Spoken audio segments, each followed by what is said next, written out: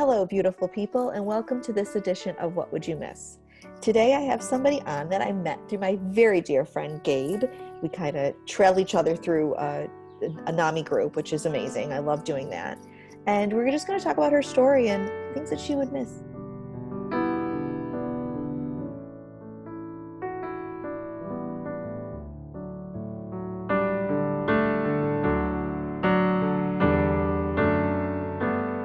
Thank you so much for calling in on this snowy day wherever we are. It's so bizarre, but thank you for calling in. How you doing today? Thank you. Pretty good. Yeah, how's everything? How are you feeling with everything in our world right now? Is today an okay day? Yeah. Mm-hmm. Yeah, Yeah. I'm getting through it pretty easily actually compared to a lot of people around me. So Yeah, it's funny because I stay home a lot, so it's not that big of a deal. But the minute they told me I couldn't stay home, or I had to stay home, I was like, whoa, wait a minute. Don't tell me yeah. what to do. So, Rose, tell us a little bit about you and, what makes you so unique. What are some of the things that you've been struggling with? I have bipolar too, and eating disorder, not otherwise specified.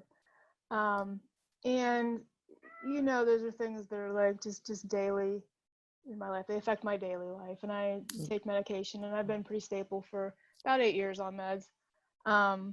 But the daily kind of, I guess, I'm always sort of kind of, not, I wouldn't say anxious, but sort of like expecting that someday that, gonna need a med change because it's happened so many times, or, like the situation that we're in now. I've been doing pretty good with my eating, but, that's always kind of normally that's a day-to-day thing. Right. So that's always kind of, something that I struggle with, and that's, so far I've been doing pretty good. I don't anticipate, but you never do, so. Yeah. Thank you for being honest about that. We had Kara was on a couple weeks ago talking about her eating disorder and what it's like. And I know I've struggled with some different things revolving eating. I'm an emotional eater, and I don't think what people understand is how this can affect that situation.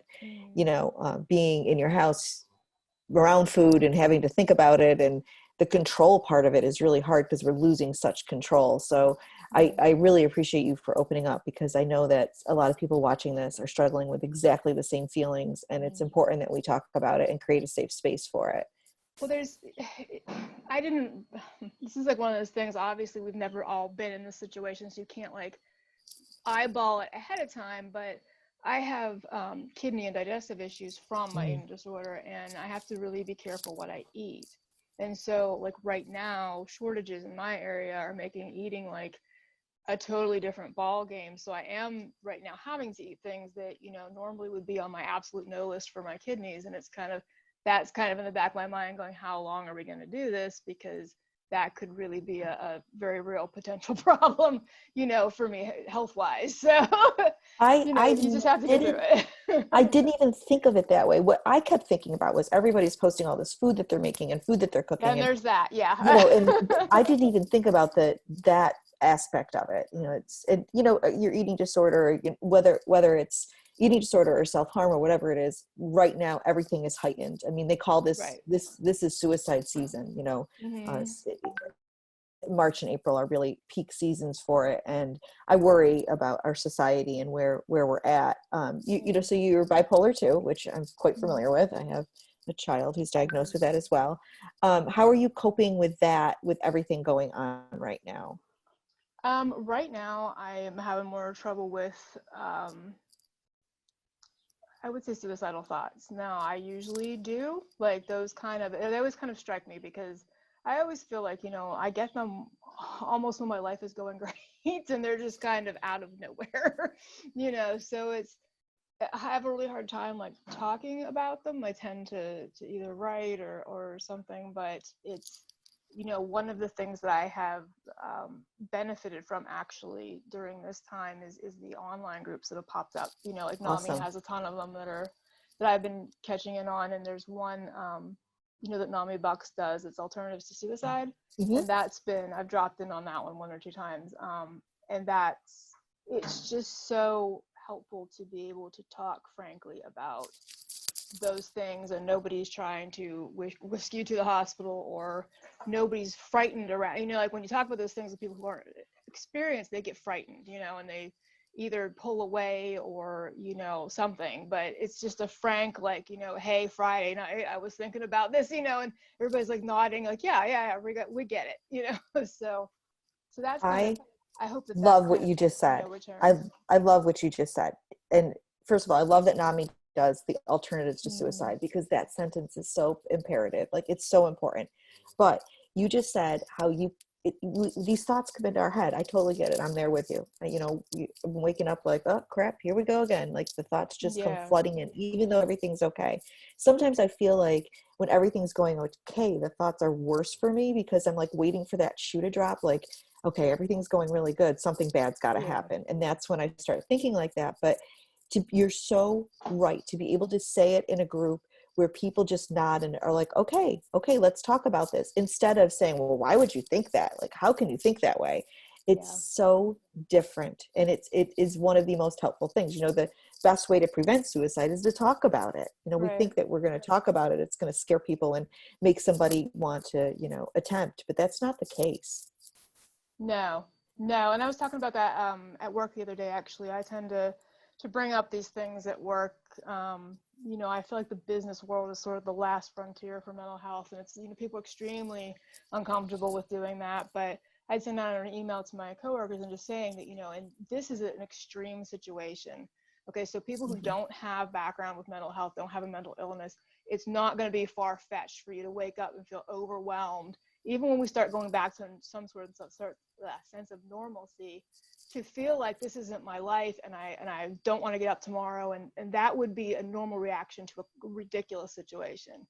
So, you know, that type of thing you may deal with, and, you know, please get a hold of me or somebody, and lead, you know, something. Please reach Right. out at this point, because, you know, that's not a weakness. That's not a, you're not thankful for your life or whatever. That's, you know, when we talk about extreme situations, what's normal in an extreme situation, you know, we would say is abnormal in a normal situation. Right. So, I mean, Absolutely. if it crosses your mind, please don't like freak out and be like, oh my goodness, I'm crazy. Like, you know, that is not crazy. That's your brain, you know, trying to cope somehow, or, you know, Yeah. just, it's too much. Like, it's too much for everybody. So Well, I love the fact that I've never spoken to you before, and you are totally speaking my language. I agree with everything that you're saying, and the fact that you're bringing it up in the workplace like that and giving people the okay, like that's really big, because I remember when I first started thinking of suicide and death and all of that, I really thought there was something wrong with me, because mm. no one thought of, like, no one talked about it back then. I'm a lot older than you, but you know, nobody talked about it. And to create a space where someone who may never have had those thoughts all of a sudden does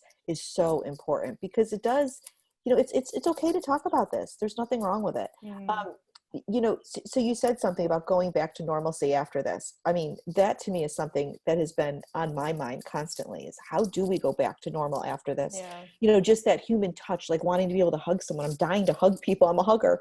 You know, I want to hug people, and I know that people are going to be very apprehensive about that. And PTSD, I mean, how can we not have PTSD after this? We have got to discuss this.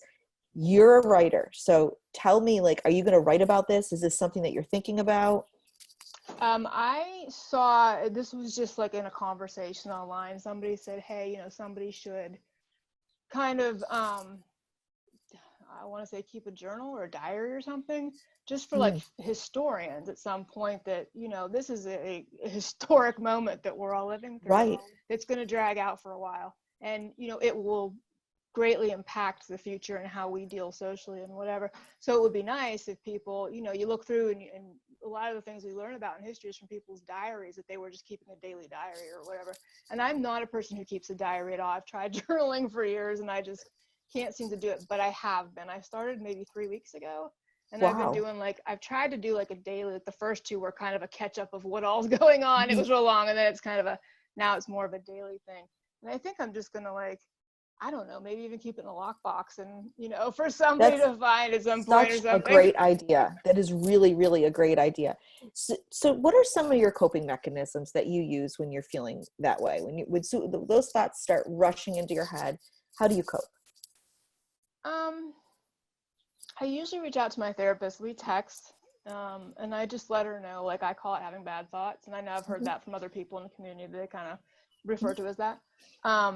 You know, and I just let her know, and she'll always be like, you know, can I do anything? And I'm like, no, I just needed somebody to know, you Yeah. know, like if something goes real haywire, I'll let you know. But, you know, I for some reason, I just always kind of need somebody to know what I'm talking about. And so when I Mhm. have them, I tend to let her know that, because it's distressing to me.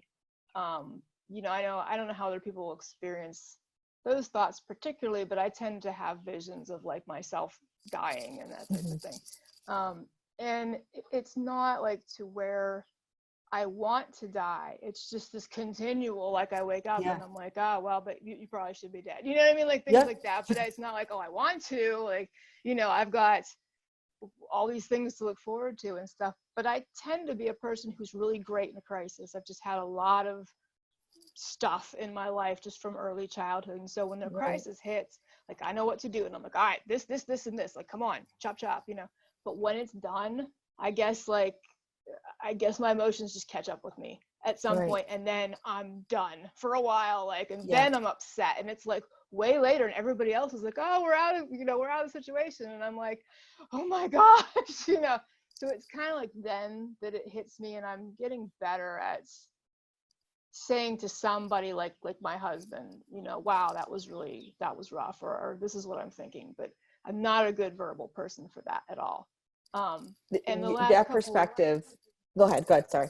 I'm sorry, yeah, the last couple of years, like I have really tried to work that into my writing. Like my second book that I just put out in November was very much that. There was very much my thoughts, like word for word for different situations. Whereas I tend to like tell a story. Like if even when I talk to my therapist, I tell a story. I almost never Right. say, well, this is how it felt. Like 20 some years, and she's like, I don't know how you feel about anything, but it was a good story, you know. So um yeah. Two things I want to say. First of all, what you just said, you just described me. When after I had cancer, I was fine during, well, I mean, still living You got through through it, yeah. crap, but um at the end of it, you know, the doctor was like, good job, you did a great job, see you in a year. And I came home and sobbed. Like that's when it hit me. I was fine during it. Everyone's like, oh my God, you're so strong, you're this, you're that. At the end, I just lost it. Like that's when it really like took over. But very similar to what you're saying, like I took crisis, I'm okay with. It's afterwards that it's almost like a hangover, the crisis hangover. Yeah. You know what I mean? So tell me about the two books you wrote. Tell me about the first one, the name of it, all of that, and then tell me about the second one. The first one was called Look Left, Walk Green, and it's very much about ECT, electroconvulsive therapy. And I had that in, I think it's 8, 9 years ago. And it was very much treatment for bipolar depression. And I Mm-hmm. had, you know, several attempts under my belt, and I was having a lot of ideation and planning, and I was really disturbed by it at the point, and nothing was working. Like med changes just weren't working. My eating was really terrible. I was very underweight, and that wasn't going well. And I ended up researching it to the point that I could at the time, and decided to do that. Now everybody tried to talk me out of it, but it was kind of like, you know, I felt like this was a save my life effort. Mm-hmm. So I did it, and it was discontinued because I had some really serious effects from it at the time, and they just felt that, you know, those effects didn't outweigh the positives, or that positives didn't, you know what I mean. Right. So we stopped, but my family was very upset with the hospital, the way they handled it, and we, you know, I ultimately chose to do that. I was told the risks that they knew up front, but we felt collectively that there was so little information really being given to patients, Yeah. that I just did a lot of research into, you know, how it affects you, why we use it, how it was developed. And honestly, what I really wanted to do is kind of break down the stigma around it, because it is so controversial, and look at, well, why is it controversial? Is it our perception of it? Is it the actual effects? You know, since we don't know a whole lot about it, then Right. what is the deal? So I went through all of that, but what really helped me, and this is kind of like why I'm trying to keep a diary now, is I kept a diary when I was inpatient up to a certain point.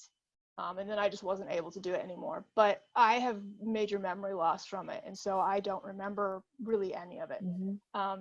But that was good, because I was able to put part of that in there to really, like, I was pretty detailed on what it felt like. And that was really what I wanted to get to. You know, people are afraid, but well, what is it actually like? You know, so I went through that, and then I kind of did a section at the end. It's a 3-part. It's kind of book split up in 3 parts.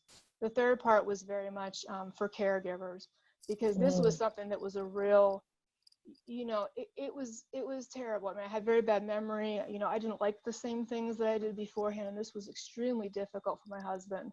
You know, and doing it was kind of like he felt like he had a different person in the house. Yeah. And so that was really all inspired by him and things that he told me. Well, tell him this, you know. So that's what the first one was. That was all nonfiction. And that's so, caregivers are they're so important, because we couldn't go on without caregivers, our support system. We couldn't. And they do kind of get kind of shoved to the side. I love, you know, one of the quotes from NAMI is 1 in 5 people have a mental illness, and 1, 2, 3, and 4 are taking care of those people with a mental illness. Yeah, that's true. So yeah, in that's true. truth, everybody has a mental illness, because the anxiety alone is partly, you know. So I'm going to actually check it out. So I can't wait to check that book out. So tell me about your second one. The second one is called The Book of Moon, and that is a fiction book. It's in for young adult readers. It's a fantasy. But it's very much based on my childhood with mental illness and hospitalization. And so it's a fictional story, and it's just a total fantasy, and you know, so all that. But a lot of the dialogue and the general, like, outline of events is very much based in reality. And what it is, you know, a lot of people have asked me throughout my life to write a book about my childhood. It was just so here and there.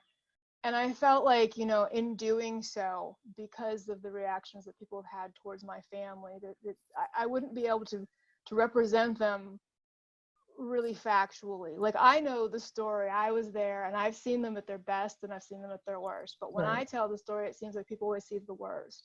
And I didn't feel that was fair to them, because we all have good and bad, and we all make the best choices that we can. You know, and ultimately I have forgiven people, so it really isn't anybody's business to forgive them for, you know, or feel like I shouldn't. I've been told a lot of times, well, you shouldn't forgive them. Well, you know what, that's my business, that's not yours. So I told it in a fictional place, but I told it very much about my psychiatric family, because I've been in therapy since I was a young teenager, and really, you know, like, my therapist and other people that have come along have really been the stable people in my life that have really made me who I am today. It's not that I don't love my family, I do. But the people who really took care of me afterwards and really were stable for me, you know, I love them to death, and I consider them family, regardless of some of the very bad experiences I've had with psychiatry. Very bad, but you know, but it's kind of like I'm able to forgive that on behalf, you know, or because of these people. I see that there's great good going on in there as well. So that story was very much about that, and kind of telling the story of my life through my psychiatric family, or about them.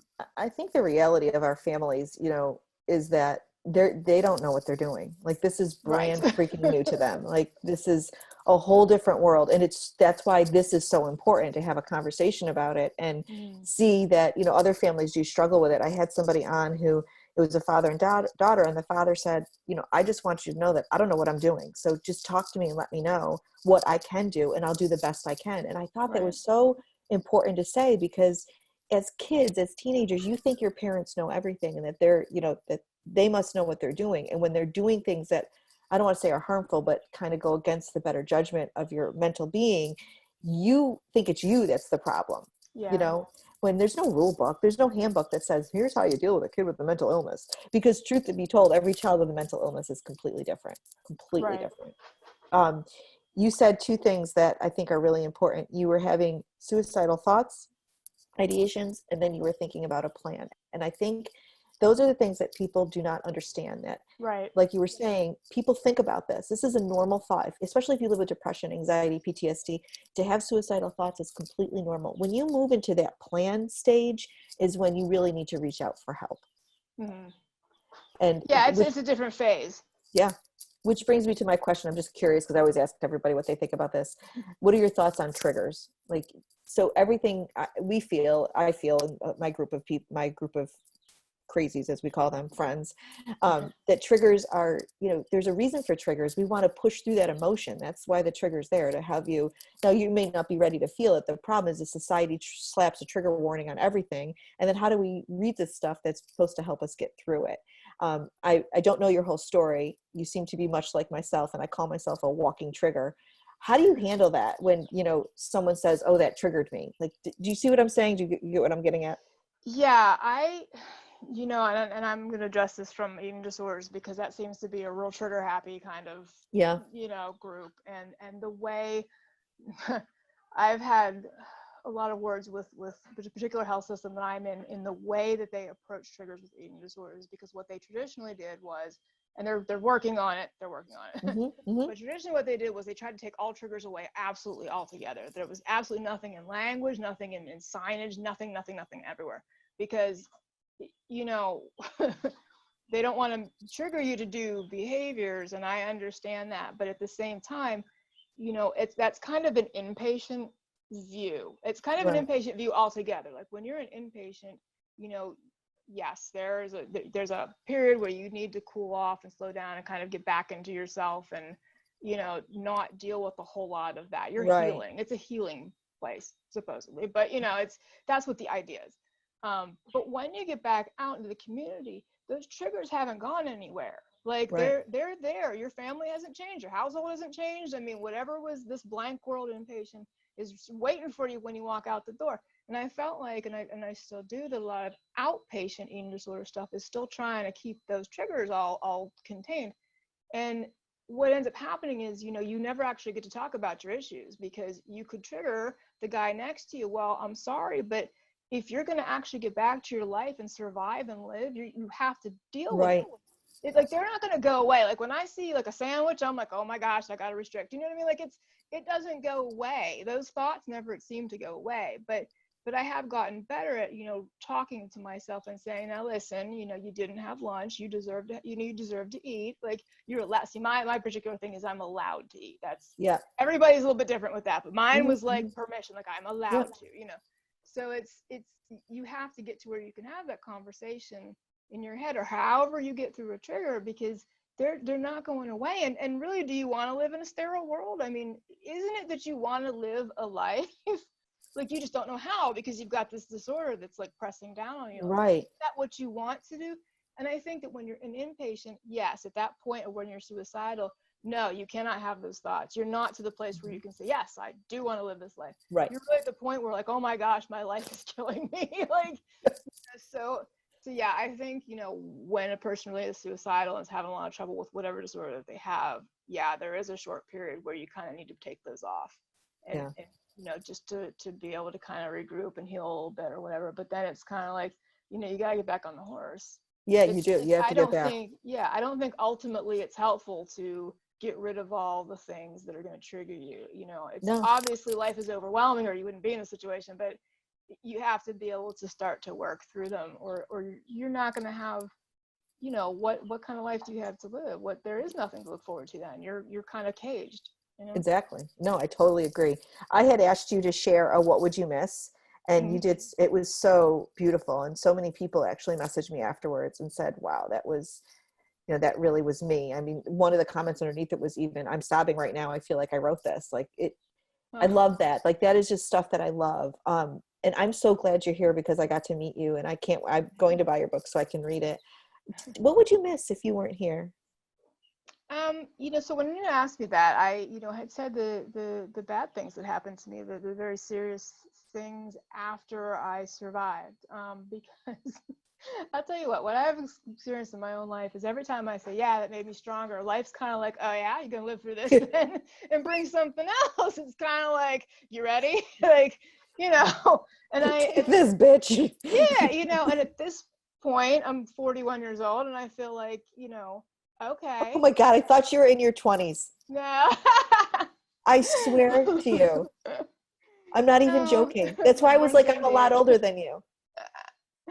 No, but right like, now. Anyways, go ahead. Yes. At this point, I kind of feel like, all right. I'm almost tired. I'm like, all right, bring it. Let's get it done. Like, you know, but I think, you know, when I was when I was a kid, I felt like everything that was happening to me, and the reason that I had such a hard time, like just reaching other human beings, period. Like I always felt like, I just, humans were so overwhelming to me.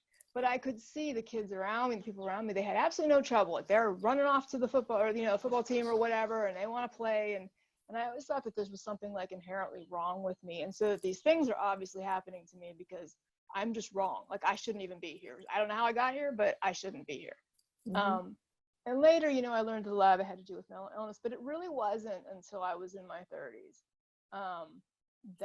And this was really after ECT, and that was, kind of a really crazy experience, but that no, I do have problems with people, I do. Yeah. And a lot of it is mental illness based. But there's nothing inherently wrong with me. I'm the same as everybody else, and everybody else is the same as me. And, that was such a relief, in that it was like I could start trying to be who I wanted to be. And that's still a very like hazy thing to me. But when I was a kid, I read a lot, and there were always like characters that stuck out to me that I thought, man, I wish that person was in my life. I wish they were a real person, And I kind of feel like in the last maybe 6 or 7 years, I've felt like, no, I could be a person like that. Like I could. Oh, I love that. Yeah, but what really has kind of sped me up to there is the things that I've kind of lived through, and those things that were life-changing to me, that really got me to places where I'm a very stubborn person, and I truly feel, looking back, that I would have not gotten there any other way. Like I absolutely had to have, life kind of sit me down and say, listen, we're going to stop right here and turn a different way. And that's what we're doing, so it's, I would miss that, because if I hadn't survived, I would have died not the person I wanted to be. I would have never gotten that chance to get there. I hope I get there. You know what I mean? Like, I hope I get there. Yeah. But I'm much closer, and I know where the path is now that I kind of need to go. Whereas before, it was just constantly aimlessly wandering from one crisis to another. And now it's kind of like I have a much better sense of, this is a purpose, and this is a step, and you need to step on it, and you need to keep going, and that type of thing. So yeah. That is such a powerful sentence. I would miss the person that I was meant to be. That is so powerful. Because we, especially when we're struggling and we're in those darkest places, that's not who we are. That's who we're, we're grasping to get out of there, to be who we need to be. I freaking love that statement. So, well, thank you so much for coming on this very, very bizarre day. Snow, coronavirus, flattening the curve, and all that good stuff. I really enjoyed talking to you. I appreciate you being here. And I just want to thank you again for being here. Thank you.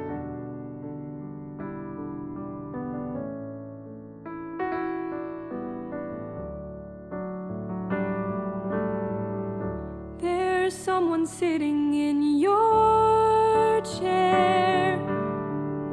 I wonder why you didn't take your seat.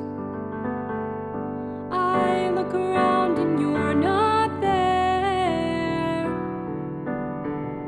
and I'm the someone in your chair.